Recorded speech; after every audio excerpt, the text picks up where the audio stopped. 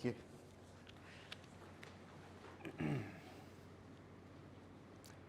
So I was riding a bike on the east coast of Taiwan in Hualien, and I was driving along, wind in my hair, beautiful sunny day, going around curves, and then I noticed something over the horizon, and it was a traffic jam. I thought, I live in Malaysia, one of the world's best places for traffic jams, and I've got on holidays, and here I am in another traffic jam. So I sat on my motorbike and I inched forward, coming to the front of the line, and I was actually going to Takora Gorge, which is considered the Grand Canyon of Asia. It's this beautiful place, really big mountains and these beautiful streams. It's amazing.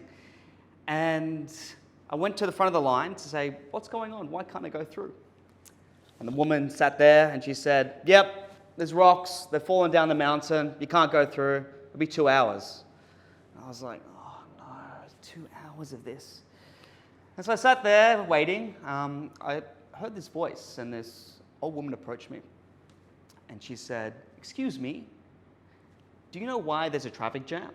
And I said, yeah, there's some rocks that have fallen off the mountain, and after they're cleared, we can go through. And then I noticed that she had this beautiful urn in her hand. I said to her, oh, wow, what are you doing here with that urn? And she said, well, this is my son's ashes, and I'm spreading them back into Taiwan. And she was from America, and she was a white lady, and I was like, oh, okay. Have you lived in Taiwan before? And she said, yeah, I actually lived in Taiwan for 50 years. I said, wow, 50 years? That's amazing. What were you doing? And she goes, I was doing missionary work. And I said, okay. And then beep, beep, traffic started to go again. I said, oh, wait a minute, can I get your details down? I run a podcast. I'd love to interview you to know more about your story. And she said, yeah, sure. So we exchanged details, and then 10 weeks later, I finally got this to happen. And she's 80 years old, so it wasn't the easiest thing to coordinate, but she did it, bless her. And we sat down, and I said to her, how did you start this? You know, you're from Missouri, like a little country area of America, and then you're literally on the other side of the world, packed up everything and went over. And she said, well, in 1969, I had 3 young children. She was 21 years old, and her and her partner decided to embark to Taiwan because there was a call for missionaries. And off she went on a boat with only, $10 to her name, and she went. Didn't know any Cantonese, didn't know any Mandarin, and they were really successful. And one of the things they did that benefited them was they used the Bible. So they said to them, we'll teach everyone English, and they all wanted to learn English as well, but we have to teach you about Jesus. So that was a good exchange for them in terms of what their kind of goals were. Anyway, so they turned up there, and then after a while, the mayor of the town approached them.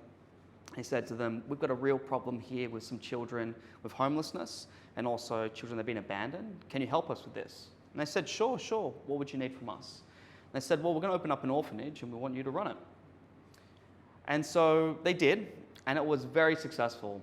They fostered over 2,000 children and successfully managed to facilitate 500 adoptions in their 50 years of being missionaries in the country. And I said, wow, that's an amazing achievement.